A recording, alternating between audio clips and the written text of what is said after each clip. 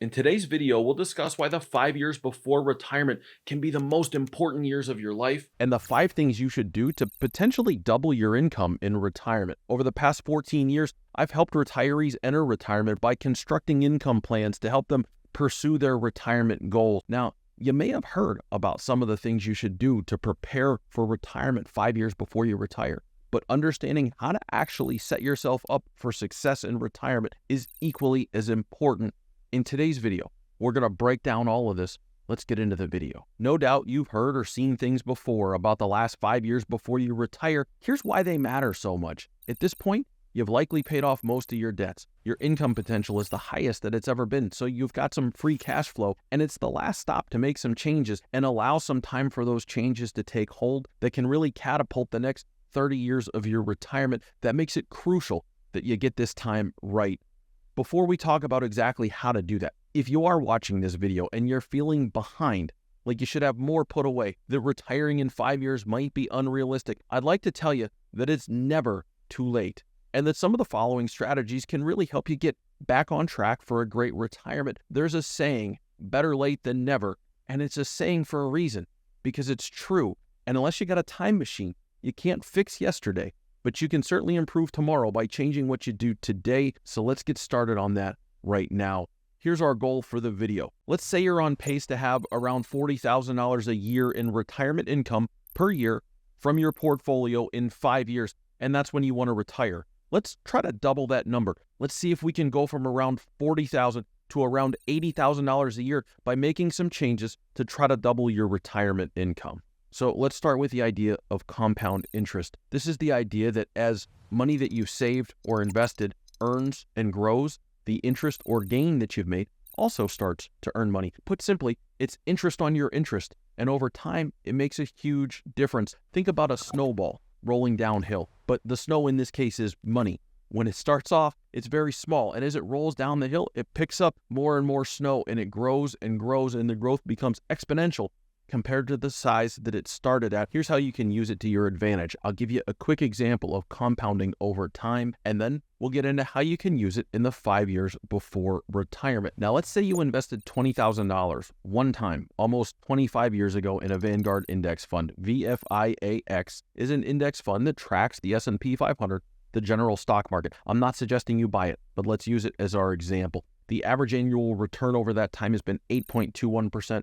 And its 1-year return is 27.08% because the market's been on a tear for the last 12 months. Let's look at this two ways. First, that $20,000 you invested, if you never added another penny, would be worth $154,662 today. That's the difference between the snowball at the top of the hill, $20,000, and the snowball at the bottom. Here's another way to look at it. That 27% return in the last year. If you invested $20,000 just last year instead of 25 years ago, you earned $5,416. Certainly nothing to sneeze at, but that's the gain on the principal only. Now, if last year was year 25 for you, that same 27% equaled $32,881. Same percentage gain.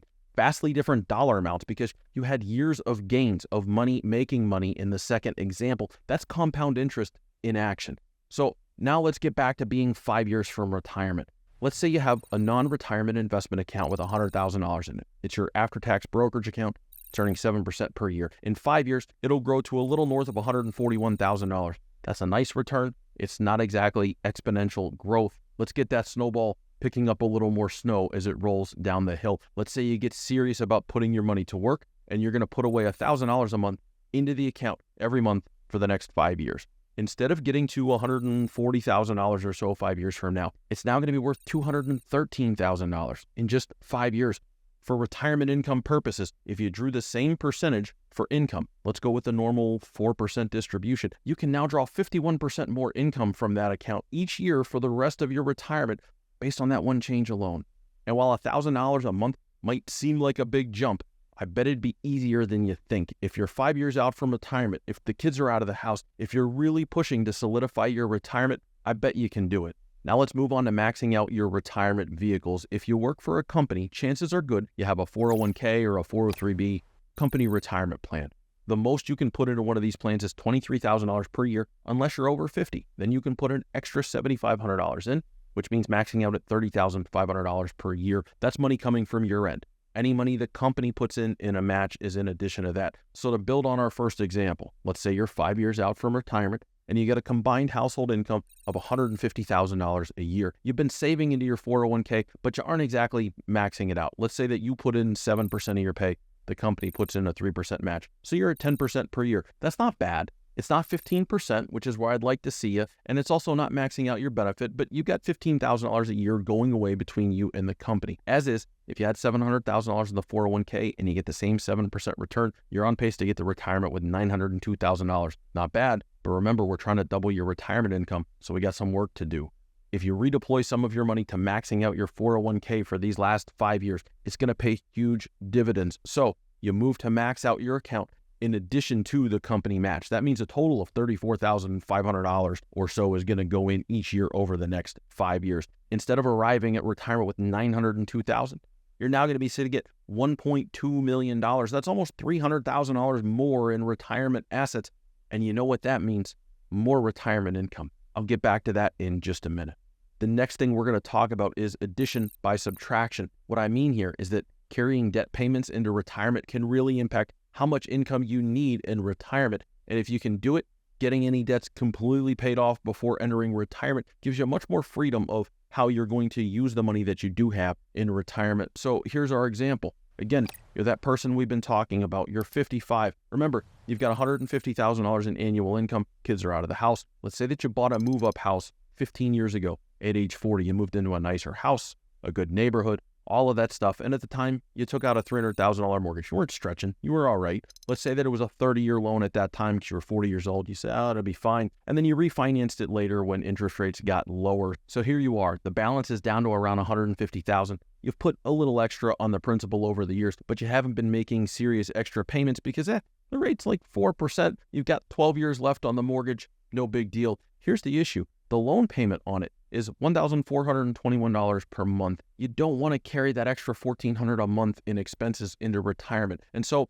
while you need to consider the interest rate on any debt, you also have to consider its impact on cash flow. What's it actually costing you per month? In this case, we got to get that thing knocked out. So if you were to pay a little over an extra $1,200 a month here, it'll completely pay it off in the 5 years. Now, while the house payment wasn't going to last your entire retirement, it would have been paid off at some point. You've done a couple of things here. One, you've eliminated the need for an extra $17,000 of annual income from the portfolio because you don't have to service that debt. You don't have to pay it anymore. You've also saved yourself $42,000 in extra interest that you would have paid if you just made the regular payments. In this case, despite the low interest rate, you've drastically improved your retirement standing by getting rid of the debt. Now let's talk about tax strategy. How you can minimize your taxes. That's always an important part of what we do. A few things can be done here. First of all, it's time to look for the winners and losers in your non-retirement investment accounts. Tax loss harvesting. That's lowering your tax bill by selling positions where you have losses or by using those losses to offset gains in other positions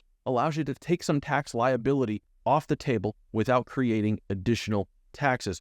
Going into retirement without a bunch of embedded future taxes in your non-retirement accounts can really create freedom of what your assets can do, how you can access that money in retirement without creating a tax bill. Now, this isn't something to necessarily do all at once, but it's something that you should be reviewing each year with your advisor and your CPA. It can be more important than you think when it comes to shoring up your retirement income. Additionally, each case is different, which is why tax planning is so key because it's very specific. But in this case, with someone who's 55 and they're looking to retire at 60, which is before Social Security age, I would make sure that those maxed out retirement contributions are going pre-tax traditional money, not Roth.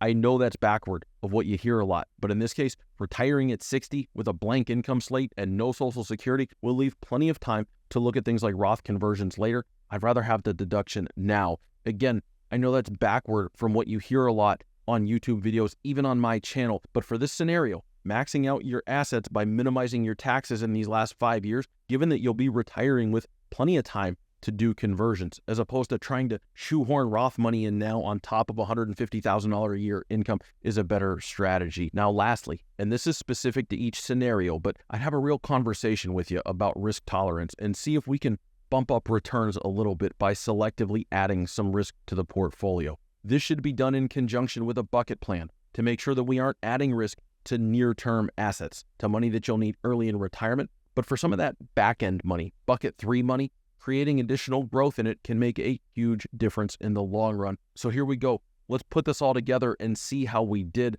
I'll show you what we're talking about. Remember the $100,000 that we had in the after-tax brokerage account that was going to grow to $143,000 and the $700,000 in retirement that was going to go to $900,000. Those were with current contribution rates and earning 7% return. That meant getting to retirement with a hair over $1 million, around $1,045,000. That would create a 4% distribution of around $41,800 in retirement. Now, after making our changes, adding $1,000 to the brokerage account, maxing out the 401k, paying off the mortgage early, and adding a little bit of risk. So let's say we go from 7% to 8.5% over the next 5 years by adding risk. I'm not talking double-digit returns, but we get to 8.5%. We're looking at a brokerage account worth $227,000, a 401k worth almost $1.3 million. That gets us to a little over $1.5 million in retirement assets, which will create a retirement income of a little over $60,000 per year. And we freed up $1,421 per month from the loan, which effectively puts us at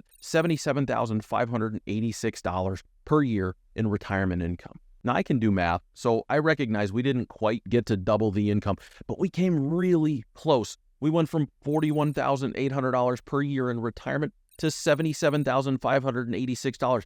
That's not quite double, but that's an 85% increase in retirement income. We made huge improvements, and we did it in only 5 years. Through the wonder of compounding, with a little more time, we could have done even better. This shows a few things. 1, it's never too late to make meaningful changes to your future. And 2, this shows you why the last 5 years before retirement make such a huge difference. Now you know how to compound your income 5 years before retirement. You can ensure that your entire retirement is well positioned for retirement success. However, there are factors of retirement planning that I haven't been able to consider in this short video. If you want answers to some of retirement's difficult questions, click the link in the description.